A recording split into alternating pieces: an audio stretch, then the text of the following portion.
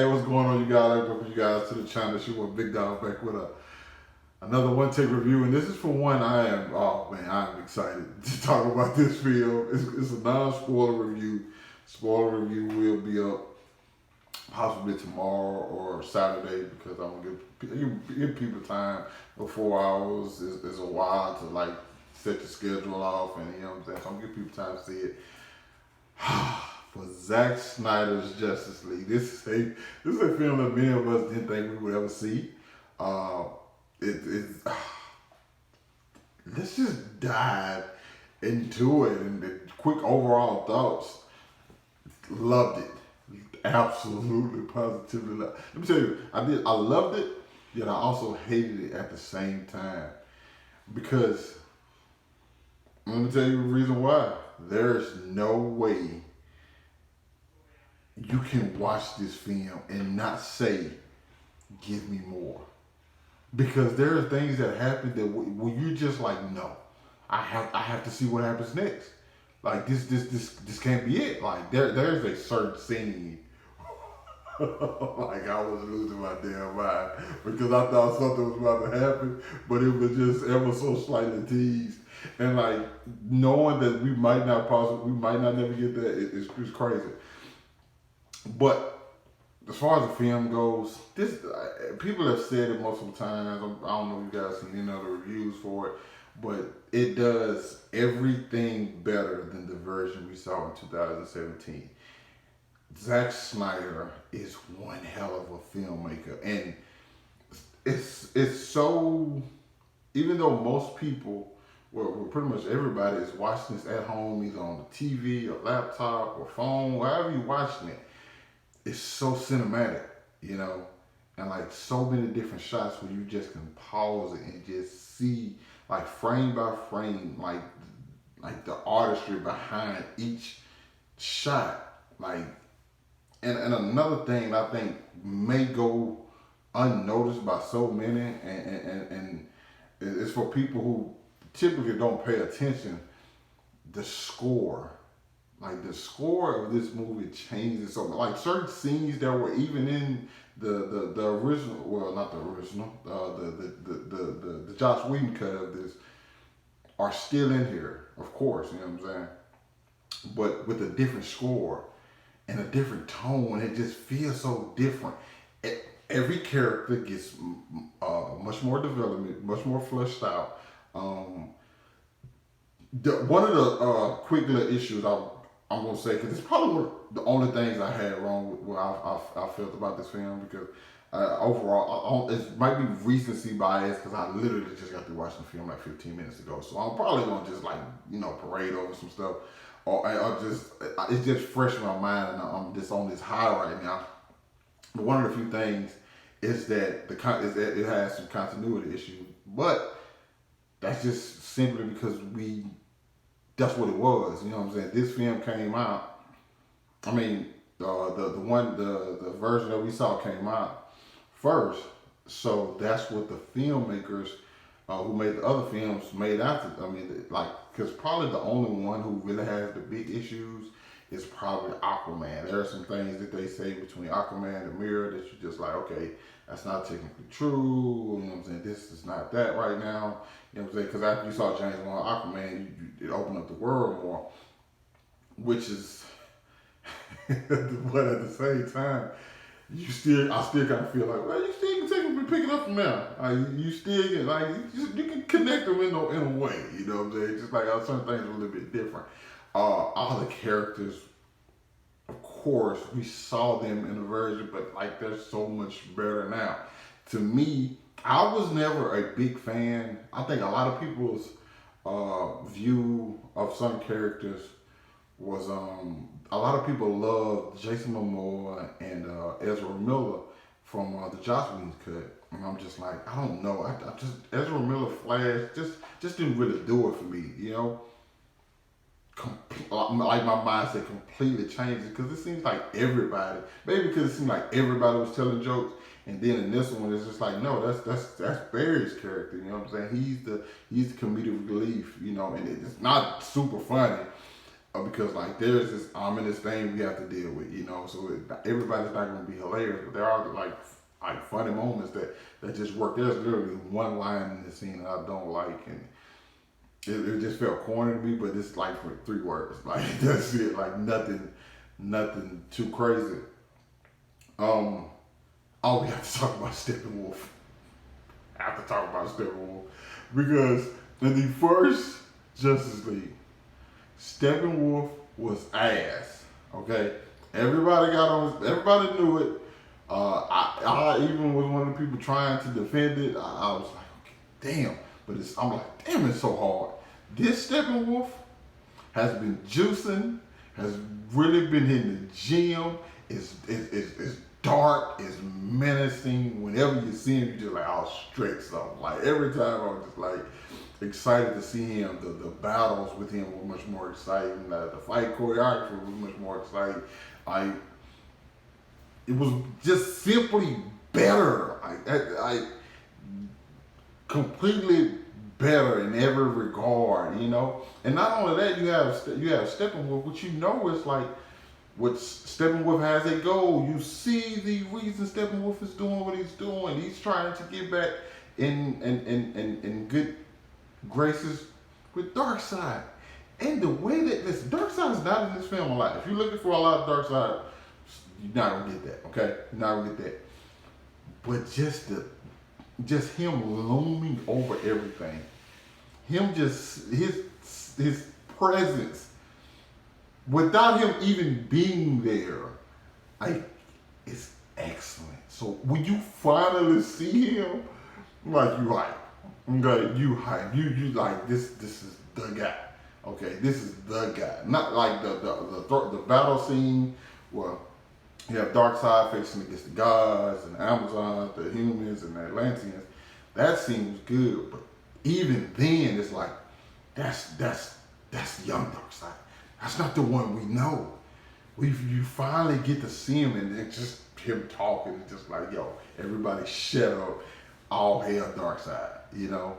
And you get to learn, like, they play with the lore a little bit.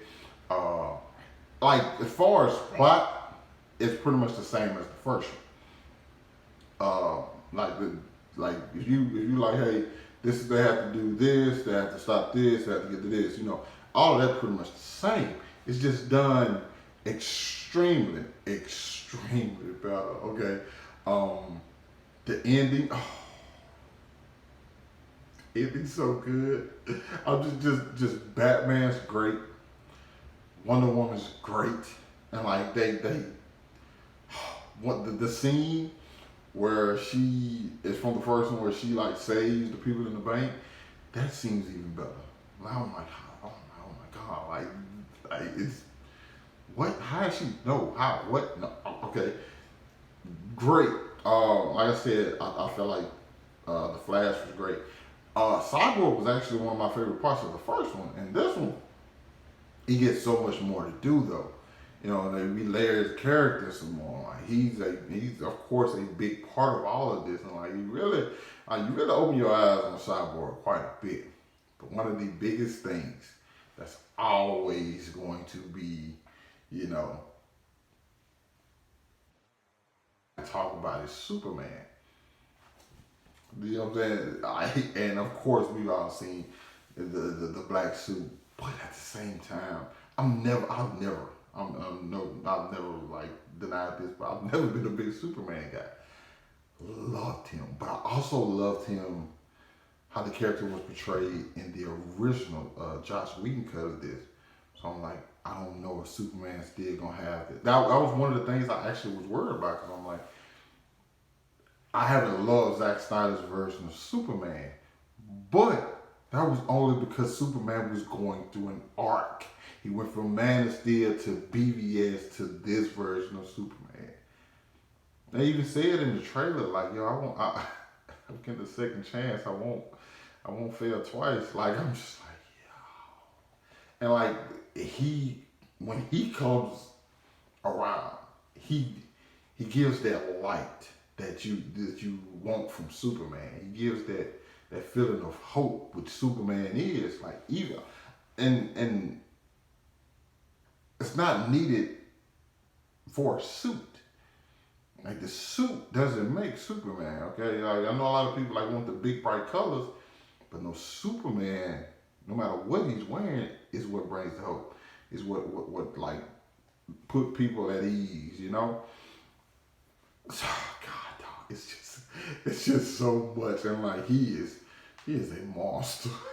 Okay, Superman is a monster. I was just like, okay, don't really stand too much of a chance against this guy. This guy is on a completely different playing field from honestly the rest of the Justice League. But it doesn't matter because he's still good. Also, another thing that I like that Zack did is that he didn't make Ezra Miller feel like a. To me, Ezra Miller kind of felt like a buffoon who didn't like belong.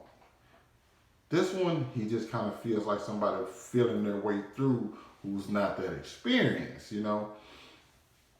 Another thing I want to talk about, they have this epilogue, pretty much like kind of like after the film goes, you know what I'm saying? After things been done, things been resolved, so on and so forth. You have this epilogue, which is one of the things where you finally see Jared Leto's Joker.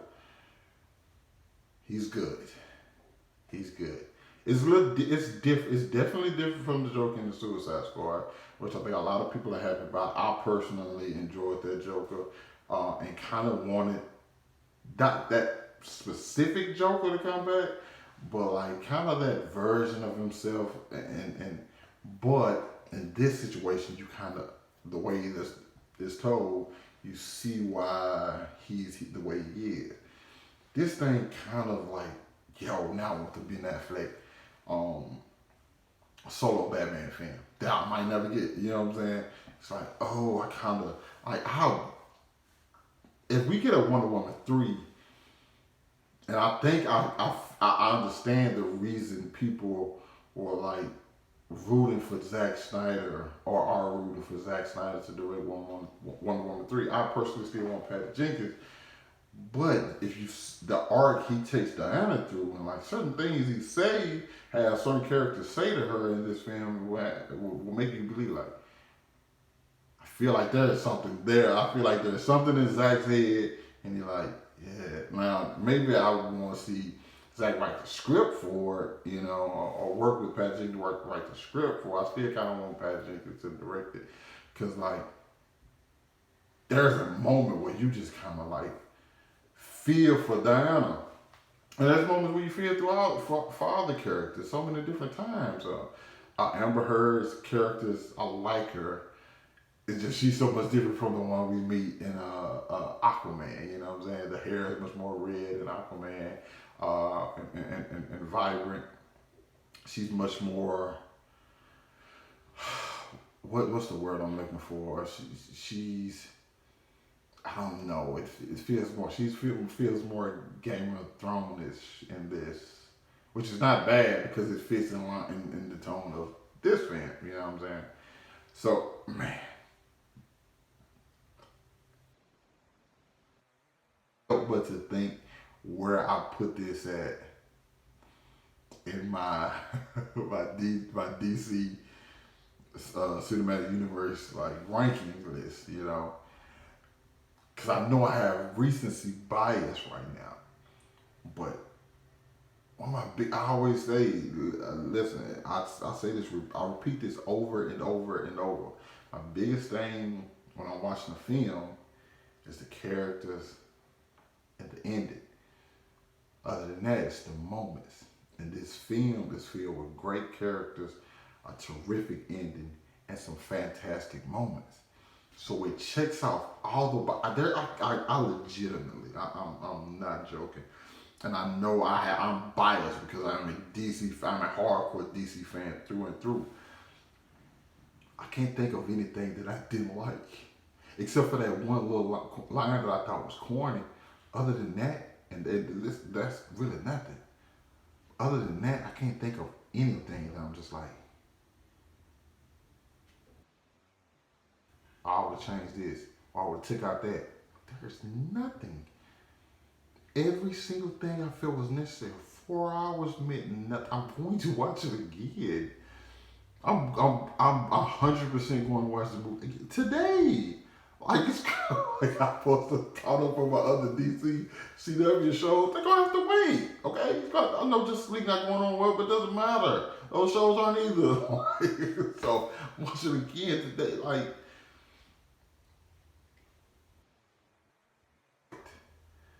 but man, the cinematography. Oh my God, there is a panning shot of Bruce Wayne in the beginning of this thing, looking over when he's looking down for at the village for Arthur. I'm just like, Zach, stop, Zach, stop. Now you just flexing.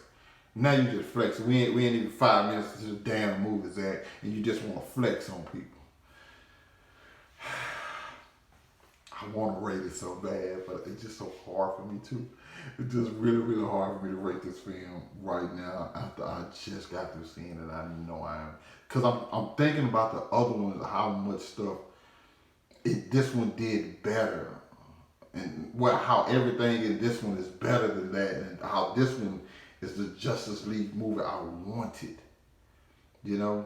Especially to start off with. It just feels like it. And that's the thing, though. It feels like the beginning of something magnificent. Like I can't just watch this and not be like, yo, Zach, let me get that 2 and 3 real quick. I need that.